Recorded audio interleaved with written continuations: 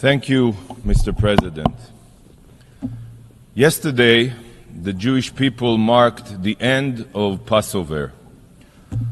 Passover is the holiday in which we celebrate our first step to nationhood, the exodus from slavery in Egypt and the beginning of our ancestors' journey to the land of Israel. The Jewish people set out for the Promised Land 3,500 years ago.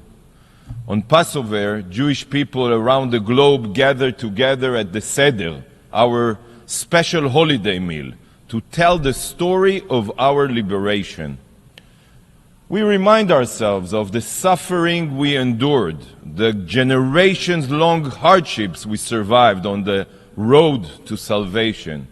We remember this pain by eating what we call matzah, the bread of affliction, and maror, the bitter herbs. And we dip our food in salt water. Why? To commemorate our tears. Yet, this year, we did not need bitter herbs and salt water to remember the pain. Because this year, every Jewish family had an empty hole, a hole in their hearts. This year, every Jew focused on the atrocities of October 7th and the suffering of the Israeli hostages held in Hamas terror tunnels. We couldn't really celebrate our ancestors' liberation while our brothers and sisters are still waiting to be freed from the Hamas monsters. Yet, as my people marked this Passover with grief, the UN is again seeking to reward the perpetrators of the horrors. The UN couldn't care less about Israel. To hell with our safety, to hell with our future, and to hell with our hostages. The General Assembly is fueled by nothing other than political interests. Not by the UN Charter, not by morality. And nothing exemplifies the UN's rotten values more than the advancement of a Palestinian statehood.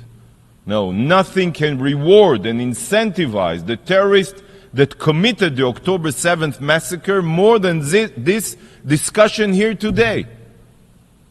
To this day, you have not even condemned Hamas, not even once.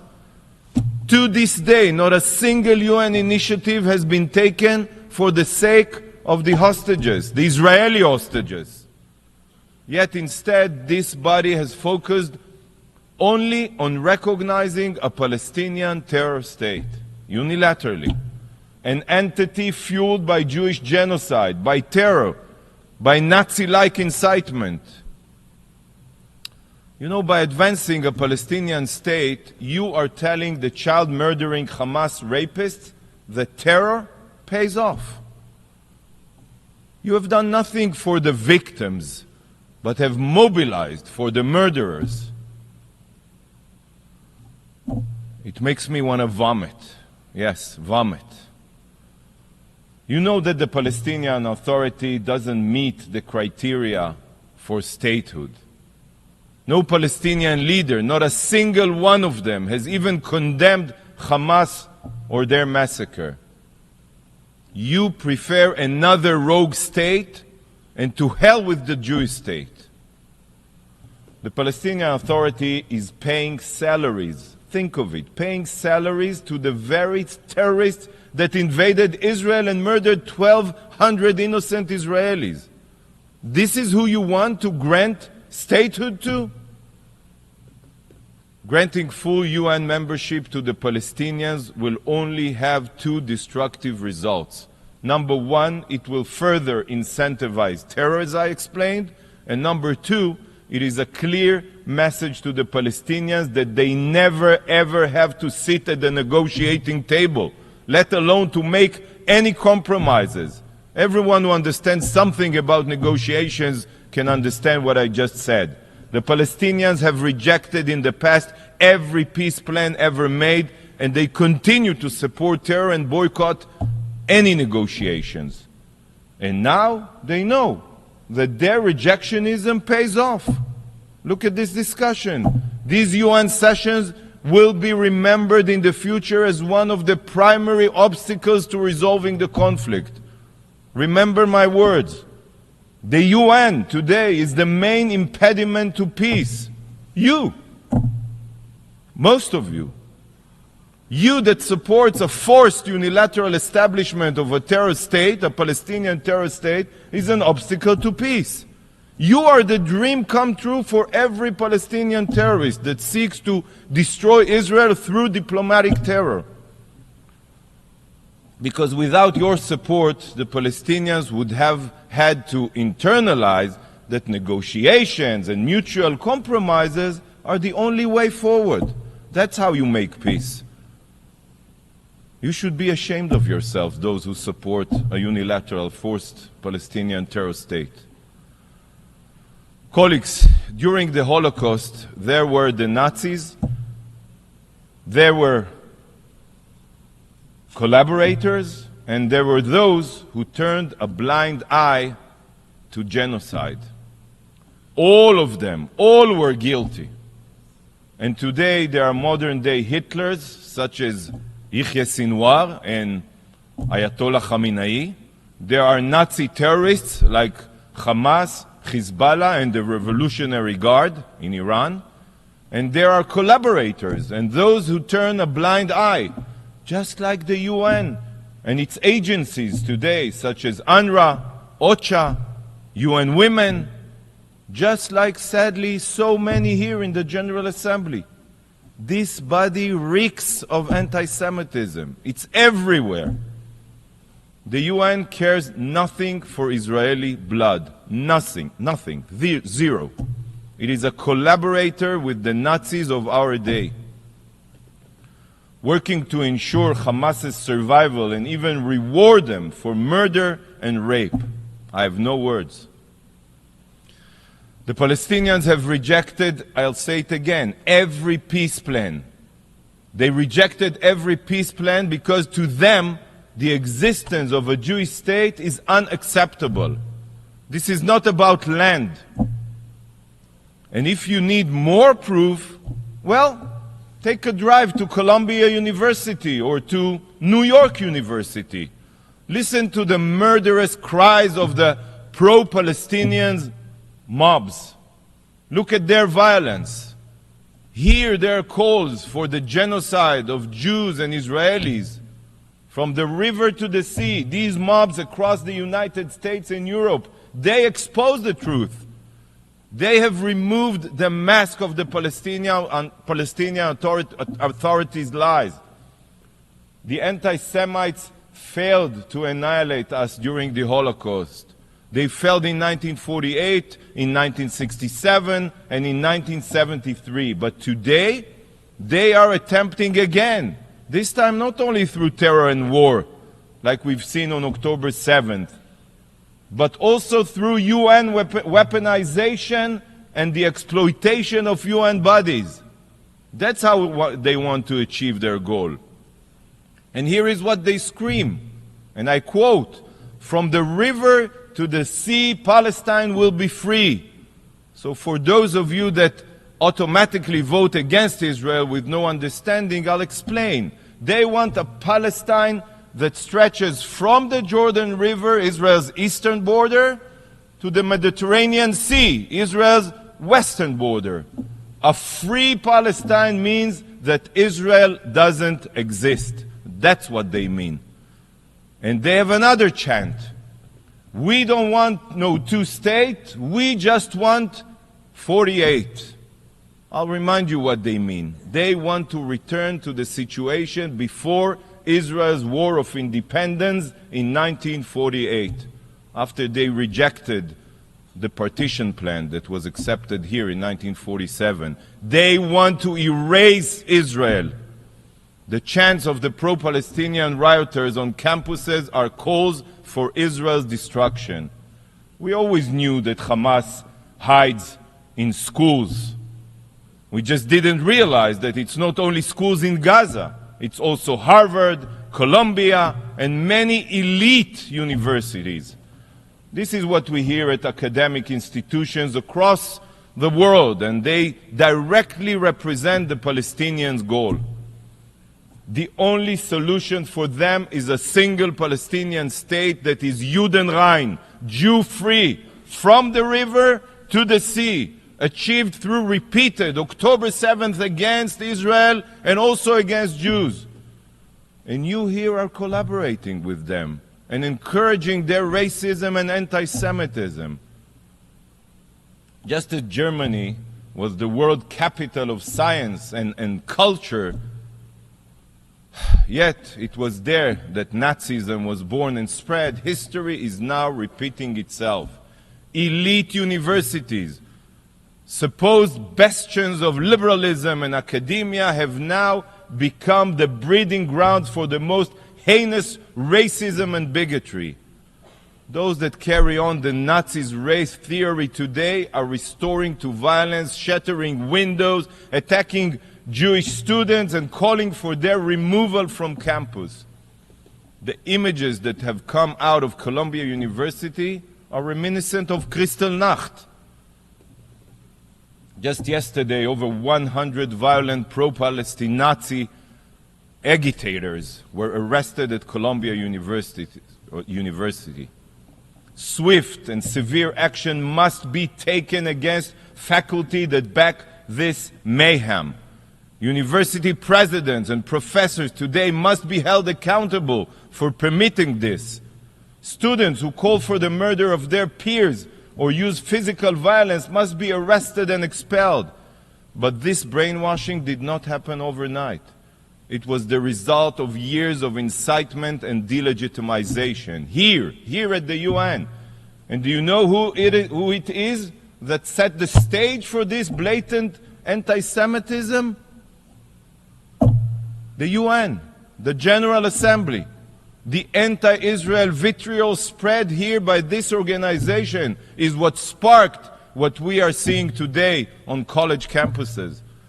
By falsely condemning Israel and marking the Jewish state as the foundation of all evil, you are emboldening anti-Semites and terrorists alike. It is because of you that these mobs think that attacking Jews is acceptable, that calling for the deaths of Israelis is tolerable. Universities are permitting this Nazi-like behavior because for decades, the UN's anti-Israel stance has been justified by this very body, the General Assembly. Look at the damage you have caused. Look at the generations you have indoctrinated. This is the final moment for the UN, I'm telling you, to show that it remembers the reason it was established in the wake of the Holocaust, to prevent atrocities against Jews. Wake up! I call on the Secretary General and on leaders around the globe to stop hiding behind empty words. There is no freedom to incite murder and violence, and there is no liberty to attack Jewish students. Whoever does not stand against the abhorrent anti-Semitism is a collaborator. But just as it says in the Bible regarding the Egyptians' treatment of the Israelites, וכאשר יענו אותו כן ירבה וכן יפרוץ. But the more they were oppressed, the Israelites, the more they increased and spread. Remember these words from the Bible. The UN chooses to continue singling out the Jewish people, but we will only grow more resilient and thrive. Colleagues, today marks the ninth General Assembly meeting held on Gaza since Hamas's massacre. Ninth. Not one of the meetings focused on condemning Hamas or releasing the hostages. Not even one. I'm disgusted by this institution. But if a lion landed on earth, it would be certain that outside of Gaza, the rest of the world is a utopia. A war is currently raging in Sudan. where tens of thousands have been killed and millions are on the brink of starvation. How many General Assembly sessions have been held on Sudan? Do you know? 0. What about the war in Myanmar? 50,000 have been killed and the war rages into its 4th year. How many times has the General Assembly met and how many resolutions been passed? How about Yemen, where the Houthis dragged the country to disaster? Hundreds of thousands are dead and tens of millions are literally starving. All while the Houthis also fire drones and missiles at merchant vessels in the Red Sea. Where is the Assembly's voice about the Houthis and Yemen? Is this not worth an emergency session? Let's continue to Pakistan.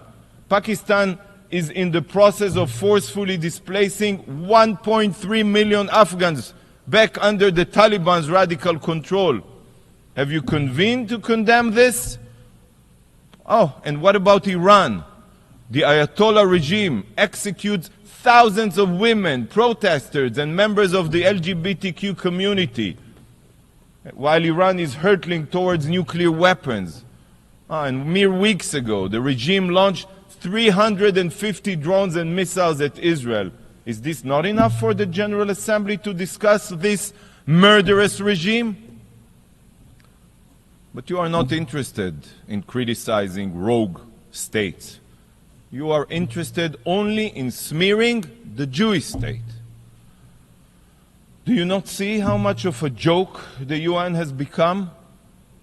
A sick joke that cares nothing for the lives of civilians around the world, that cares nothing for wars being fought, that cares nothing for death, destruction, and suffering.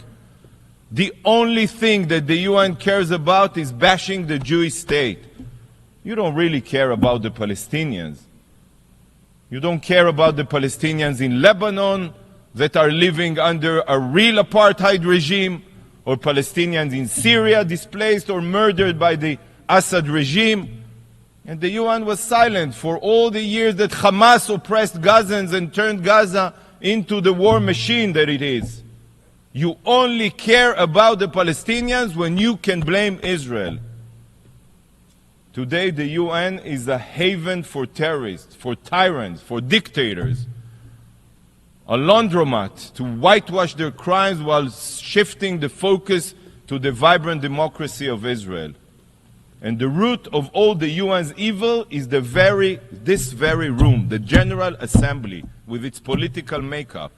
This is the body where human rights abusers have the same voice as law-abiding democracies. And it is in this hall, through distorted politics, that everybody enrolled in the UN system is decided.